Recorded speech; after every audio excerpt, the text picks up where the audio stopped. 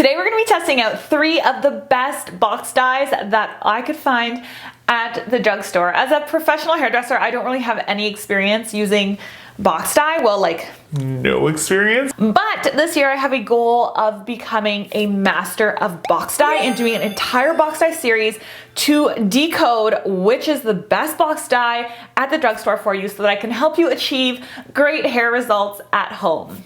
Let's do it. The very first thing I did today, other than drink coffee, was make my way over to Shoppers Drug Mart and take a look at their box dye aisle to see which ones were the most intriguing and looked the best. Now, I have to say that this was pretty overwhelming even for me.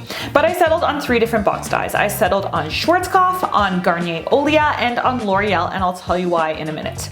I wanted to test a dark red tone on all 3 to see which one was better, and the reason I chose red is because it can be a bit of a difficult color to achieve really great results with, even as a pro. The first thing I'm going to be marking it on is box bullshit, and that's because cosmetic companies love to bullshit. They are just known for massive amounts of bullshitting. Number 2 is going to be based on coverage. How well does it cover? Number 3 is going to be on ease of use. How easy is it to mix and how easy is it to apply? And then number 4 is going to be on vibrancy, because red is hard to get vibrant. And I'm going to be making the ranking system really easy to understand. It's going to be ranked from 1 to 3. 1 is crappy, 2 is alright, and 3 is above my expectations. And I'm also going to be doing a test swatch using professional hair color, and that color is Goldwell. That's the color that I use in my studio, because if we are not comparing box dye to salon dye, then what is even the point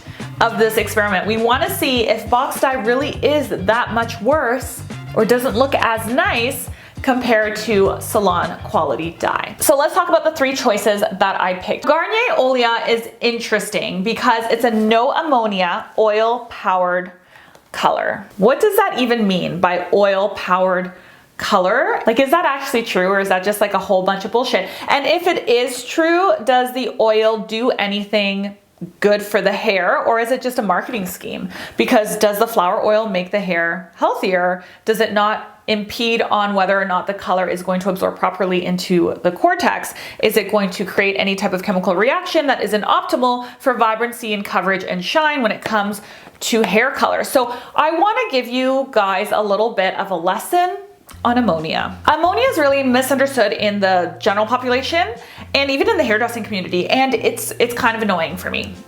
I'm not gonna lie. Coloring your hair is a chemical reaction. That's just the reality of it, and it has a lot to do with the pH balance of the hair and how color gets absorbed into the cortex. Now, I'm not going to go too much into it because I don't want to bore you guys too much. But when you are coloring hair, you need an agent that swells the cuticle layer, which is the outermost layer of the hair that looks like shingles on a roof. We need to open it up so that the color molecules can then go into the cortex of the hair. Now, typically the agent that does this is called ammonia. Ammonia is a gas, so it has a strong smell. So ammonia really does do a very good job of creating vibrant and long-lasting color. And since ammonia molecules are small, they are easily rinsed away from the hair in the hair washing stage, and you end up with a really great, vibrant, long-lasting color result. So the fact that we've, plagued ammonia as super evil is silly, because it's not evil. It's just the agent that works towards swelling the cuticle so that the color molecules can then go into the cortex and you can have nice colored hair that doesn't immediately wash out. The reason that ammonia can be a little bit problematic, and I think the reason why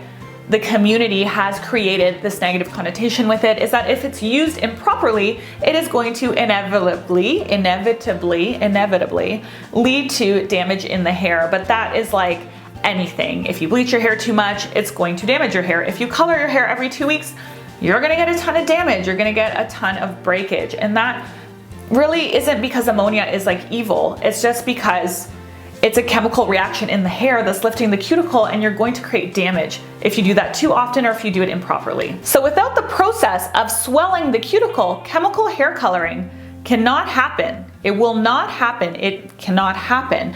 So I read a really great article, and I'm going to leave it in the description box below, that was talking about ammonia and the misconceptions of ammonia. When you take away a key ingredient in something, you have to replace it with something else in order for it to work. So the way that this article described it was making sugar-free cake. We all want things without sugar because sugar is evil now, apparently, in society. So what do? We take away sugar, but if you don't have sugar in cake, the cake tastes like crap because cake is sweet. So we replace it with a sweetener. Now, is sweetener better for you? I mean, I'm not a nutritionist, so I don't even know, but that's what's happening in hair coloring. Is the agent they're replacing ammonia with better than ammonia?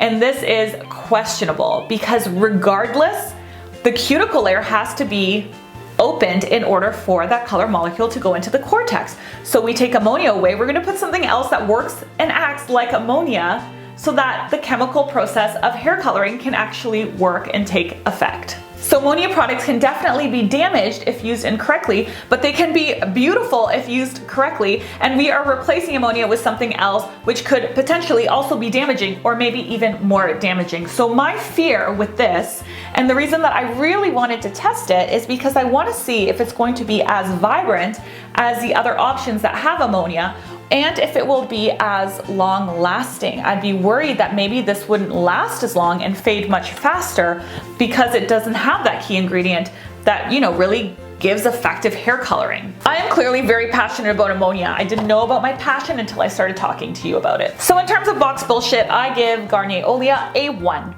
Because I think this is trying to get people to buy it based on fear of something that they don't understand. Let's talk about box number 2. Box number 2 is a Schwarzkopf, and the reason that I picked this is because Schwarzkopf is actually a professional color line. So they made a drugstore brand as well, which is pretty cool. And I actually really like Schwarzkopf. I like a lot of their styling products as well. So I thought this is pretty good. This is pretty cool. It says up to 10 weeks of color intensity. I like that they say this because this is just like professional hair color. After 10 weeks, regardless of what color you dye your hair and whether that's in a salon or not, your hair color is going to fade. Wear and tear, sun, shampooing, conditioning, swimming, living life is going to make your hair color fade in 10 weeks. So this isn't bullshitting you to say that it's going to last longer. That's what it's going to last. It's going to last like that regardless of the color that you use. Another thing that I absolutely love about this packaging is that it tells you the color levels right on here. So color level 1 is the blackest black, and it goes all the way up to color level 10, which is the lightest blonde. The packaging is trying to educate the consumer that this is what color levels look like so that you can match your hair to it. I like that this box is educating the clients or the consumers. Very well done. So I give box bullshit a 3 out of 3. Above average, better than I would expect. Well done, Schwarzkopf. And the third box that I bought was L'Oreal. Now, the whole thing about this box is that it's claiming to be multi-tonal. One of the biggest critiques that I have about box dye is that box dye often is very flat and very opaque, and there's a number of reasons for this, and I talked a lot about it in my other box dye video. So if you guys like this video, you can go check out that one next because you'll learn a lot about the fundamentals of box dye in that video. But this one's claiming to cure that problem, to basically give you a highlighted multi-tonal effect, which is very interesting. I also like how on the box it says that it is not recommended for heavily highlighted or predominantly gray hair. So this is basically telling you that it's not going to work well with gray coverage, and I think the reason for that is because it is red, there isn't a lot of natural pigment in it. For you to cover gray, you need an N pigment or a natural pigment in order to really get that opaque coverage. So this isn't formulated for gray coverage. That's very important to know, and I like that it's clear on the box. So when you guys are choosing box dye, make sure you read the entire box so that you know whether it's a good option for you or not. This is not a good option for someone covering gray, but we're not covering gray today, so it's fine. So in terms of box bullshit, I will give this a 2 out of 3. I think that it's not bullshitty. I think it's pretty good. It's quite clear. It does a good job of explaining what it's doing. It's talking about the multi-tonal effect. We'll see if that's actually true, but I don't think it's as good as Schwarzkopf because Schwarzkopf gives you that level chart, which I think is so important to know if you are starting to explore the world of coloring your own hair. Let's put these to the test, shall we?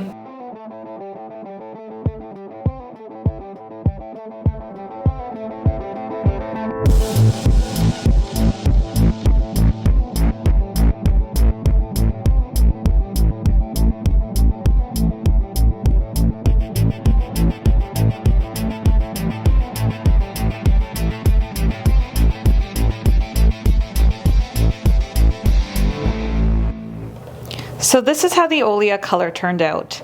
I'm pretty shocked, to say the least. It is quite multi-tonal. It's pretty reflective. It's got a nice deep quality to it, almost like a burgundy, which is exactly what I would expect of a level 4 red. So let's compare this to our control swatch, which is Goldwell.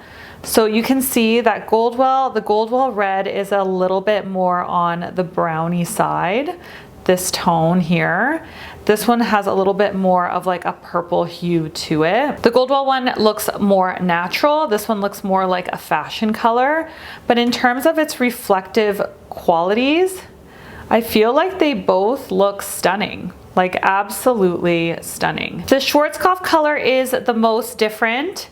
It's the one that I was expecting to look the least like this. It is a lot more vibrant. So it looks like a much lighter red than the other colors. The other ones are definitely a true level 4. This in Goldwell is more like a level 6. Like it is a vibrant, lighter red. It doesn't have that cool tone of the violet or the purple that the other tones have. This again is absolutely beautiful, looks fantastic. If we compare it to our Goldwell color, you can see that there is a huge difference in the level. Goldwell is much darker and has more of a violet undertone. This is more of a true red. So if you're looking for a really true red tone, this one is great. That looks really, really nice. And then finally we have L'Oreal. So this is our L'Oreal swatch. Again, it's great. It has more of that purpley undertone as well. This claimed on the box to be multi-tonal, and I would say that it is. It is quite multi-tonal. It's not a flat color at all. There's lots of tones through it. There's almost like a blackish tone that goes through it, and then there's a red tone that goes through it, and a little bit of violet. Really, really nice. This looks a lot like the Olia color. So if you put them together, you can tell that they are almost identical. There's very, very, very little difference between them.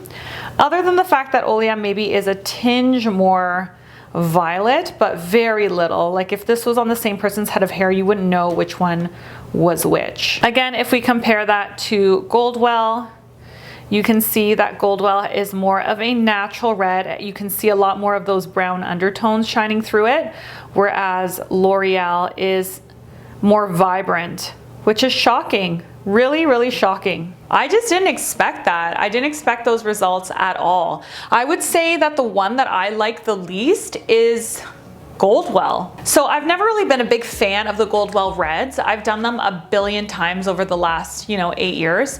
And I do find that they don't have a lot of vibrancy. And typically when someone's wanting to go red, they want to go red. And Goldwell, for whatever reason, the reds always seem to look really natural. If you're a stylist and you have an opinion about this, leave it in the comment section below. But all of the times that I have done a Goldwell red, unless I add a lot of booster, it just goes pretty natural. It's like a brownie red, and that's exactly what I got on my extension swatch, as you can see, especially when you're comparing it to the other colors. So let's go through our ranking system and let's get them all ranked up. So for ease of use, Garnier Olia was totally fine. It was really good. I found the applicator bottle good. So 3 for 3. And I would also give L'Oreal and Schwarzkopf 3 for 3. They all did a fantastic job. As for coverage, again, I would say all 3 of the box dyes did an amazing job. They all had opaque coverage. Next to none of the brown was shining through. So 3 for 3 for Garnier, for Schwarzkopf, and for L'Oreal. Now, my favorite is vibrancy, because if you are going red, vibrancy is the key. So Garnier Olia, I would say the vibrancy is a 2 out of 3. It's good. It's not like out of this world vibrant. I would say that Schwarzkopf is a 3 out of 3. Now Schwarzkopf is bright and vibrant and red. If you are going for a red, the Schwarzkopf one is the reddest of all of them. The other ones have more of a violet undertone because you're in the level 4, so it's a little bit deeper. But having dyed all 3 using the same swatch of hair in the same level and the same color, Schwarzkopf for sure is the most vibrant red of all of the colors. Overall, I'm shook, I'm surprised. I'm really surprised that these are as good as they are, that they worked as well as they did, that they covered as well as they did, and that they are as vibrant as they are. Now, the biggest problem with box dye for you guys to remember is that it's not so much the formulation that's the problem, it's that it can't think. And there are a lot of factors when it comes to dyeing your hair. That's not just about formulation. All in all, box dye has come a long way since I've used it in high school. So I'm pretty impressed, and I'm excited to go more and more into the box color world and see what else I can discover for you guys. If you have any questions, don't forget to leave them in the comment section below, and I'll see you next week. Bye.